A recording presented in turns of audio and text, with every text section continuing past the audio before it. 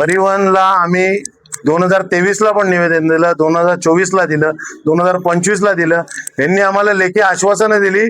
Chairperson जरी वेगळा असले तरी त्यात जे चेअरपर्सन होते, जे व्यवस्थापक होते, त्यांनी लेखी आश्वासन दिली की आम्ही कल्याणला रिंग रूटच्या 8 बसेस चालू करू, मोहण्याला आम्ही 8 बसेस चालू करू. परंतु प्रत्यक्षात त्या चालू केलेल्या नाही.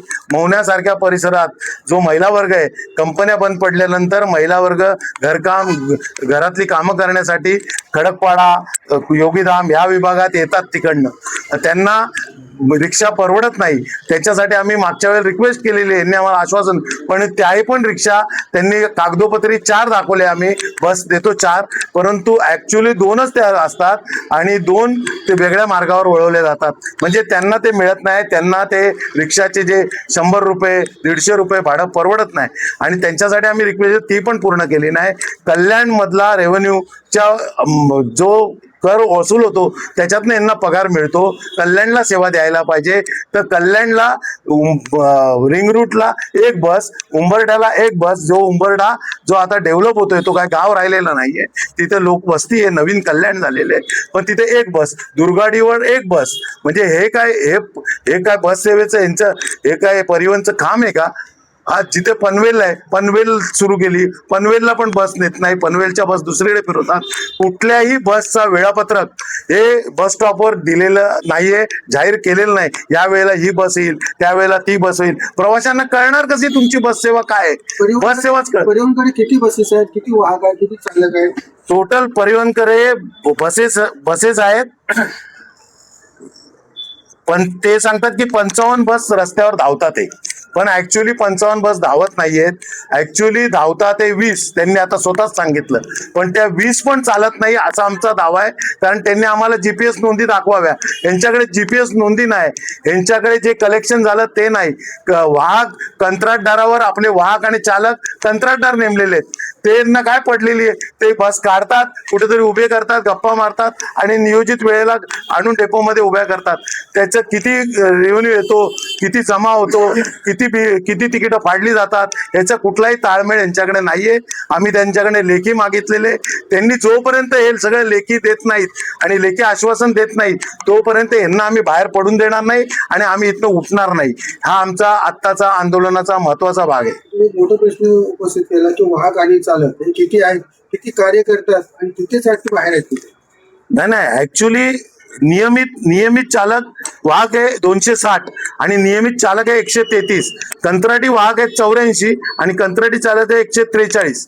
परंतु हे सगळे नियमित वाहक आहे. आमचं असं म्हणणं आहे की नियमित वाहक आहेत आणि नियमित चालक आहेत, यांना पहिले मार्गावर पाठवायला पाहिजे आणि जर जिथे कमी पडतील तिथे कंत्राटी वाहक आणि चालक पाठवायला पाहिजे. परंतु हे तसं करत नाही. हे कोणी वशिलाबाजी, कोणी हप्ते देतात, त्यांना इथे लाईट कामं देणं, क्लरिकल कामं देणं, त्यांना इथेच बसवून ठेवतात आणि जवळजवळ 70 ते 80% कंत्राटी चालक आणि वाहक जातात. उद्या लोकांच्या जीविताचा प्रश्न आहे. ते कंत्राटी चालक किती कार्यक्षम आहेत याची हे कोणी घेण्याची, तो कॉन्ट्रॅक्टरवर डिपेंड राहणार. उद्या एखादा ऍक्सिडेंट होऊ शकतो आणि तेच चालक आणि वाहक तिथे आपले पैसे चोरी करतात, पूर्ण रक्कम जमा करत नाही. याचा पण हे लोक कधी ताळमेळ करत नाही की किती जीपीएस झाली, किती तिकीट विक्री झाली, किती जमा झाली, किती पेट्रोल डिझेल आपलं, किती डिझेल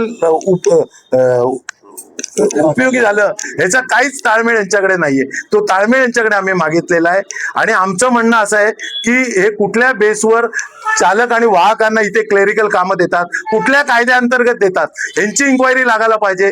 आमचा असा दावा आहे की हे पैसे घेऊन त्यांना लाईट ड्युटी देतात, त्यांनी मार्गावर पाठवत नाही.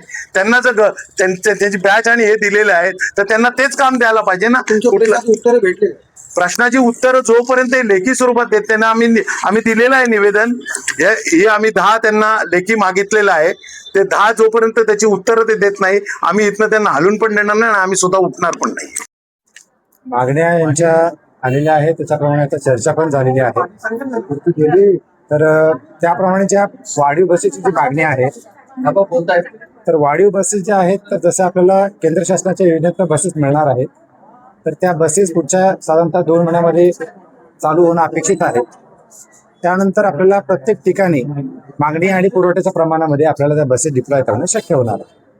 ही वस्तुस्थिती आहे. वाहक चालकांचा देखील त्यांनी प्रश्न उपस्थित केलेला आहे. त्यांच्या नियमितता नाही. वाहक आपले जे परिवहनचे वाहक आणि चालक आहेत तर ते बेसिकली त्यांच्या फील्ड जॉबवर ते आहेत. त्याच्याशिवाय आधीपासून जे आपल्या ऑफिसमध्ये काही जो क्लरिकल आणि बाकी जो बेसिक जो काम ऑफिस ॲडमिनिस्ट्रेशनचं जे काम आहे ते करण्यासाठी त्यातला काही स्टाफ आपण इकडे आपण डिप्लॉय केलेला आहे. आधीपासून ती आपल्याकडं ती पद्धत आहे. याशिवाय जसं निवेदनामध्ये एक मुद्दा आहे की अन्य विभागाकडे गेलेले वाहक आणि चालक ते परत बोलावेत. तर त्याच्या संबंधाने आपण 2 महिन्यापूर्वी ती एक गोष्ट हाती घेतली होती. परंतु दरम्यानच्या काळामध्ये निवडणूक SIR ह्या कामासाठी आणि अन्य काही कामासाठी ती स्टाफ तिकडे असल्यामुळे त्या स्टाफला आपल्याला परत घेता आलेलं नाही. अस्तित्वात असणाऱ्या ज्या बस आहेत त्या सध्या सडक आहेत, त्या मार्गस्थ होत नाहीयेत. काय सांगाल याचं? अस्तित्वात ज्या खराच खराब बसेस आहेत, ज्या की 27 बस आहेत आपल्याच्या, ज्या बऱ्याच वर्षापासून नादुरुस्त अवस्थेत आहेत आणि त्याचा दुरुस्तीचा खर्च हा खूप जास्त असल्यामुळे त्या बसेसला आपण दुरुस्त करून घेत नाही.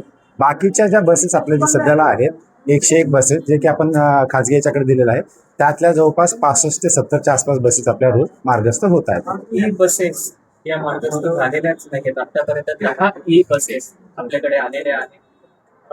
त्या आतापर्यंत डेपोतच उभ्या आहेत. ई बसेसच्या बाबतीत सांगायचं झालं तर 10 बस आपल्याकडे आल्या होत्या. त्यातल्या 2 बसचं RTO पासिंग झालेलं नव्हतं. त्याच्यामुळे त्या मार्गावर काढणं हे काही म्हणजे कायद्याला धरून नव्हतं, सुसंगत नव्हतं. उरलेल्या 8 बसेसच्या बाबतीत 2 बसचा जो मेजर एक कंट्रोल युनिट पार्ट होता तो नादुरुस्त असल्यामुळे तो उपलब्ध न झाल्यामुळे त्या गाड्या रिपेअर होऊ शकल्या नाहीत. फक्त 6 बस होत्या. 6 बस आपल्या मार्गस्थ होत्या. पण त्यामध्ये काही बसेसचं काच फुटणे किंवा काही टेक्निकल इश्यूज किंवा ब्रेकडाऊन होत असल्यामुळे 4 बसेस आपल्या मार्गावर फिरायच्या, मार्गावर निघायच्या. परंतु कॉन्ट्रॅक्टरचं परफॉर्मन्स बरोबर नसल्यामुळे आपण ते कॉन्ट्रॅक्टर काढून टाकलेलं असल्यामुळे त्या बसेस सध्याला आपल्या कस्टडीमध्ये आहे. शहरांतर्गत जे मार्ग आहेत त्यांच्यावर फेऱ्या वाढवण्याची मागणी केली जाते, कारण नागरिकांचा बराचसा पैसा हा रिक्षावर खर्च केला जातोय. तर जर परिवहन सेवा सक्षम असेल तर नागरिकांचा तो पैसा रिक्षावर खर्च होणार नाही. तर या नक्कीच. फेऱ्या कशी काय वाढ नक्कीच ह्या ज्या फेऱ्या किंवा ही जी मागणी आहे ही मागणी एकदम रास्त आहे. त्याच्याबद्दल परिवहन अजिबातच दुमत नाहीये. फक्त आपली जी भिस्त होती त्या EV बसेसवर होती.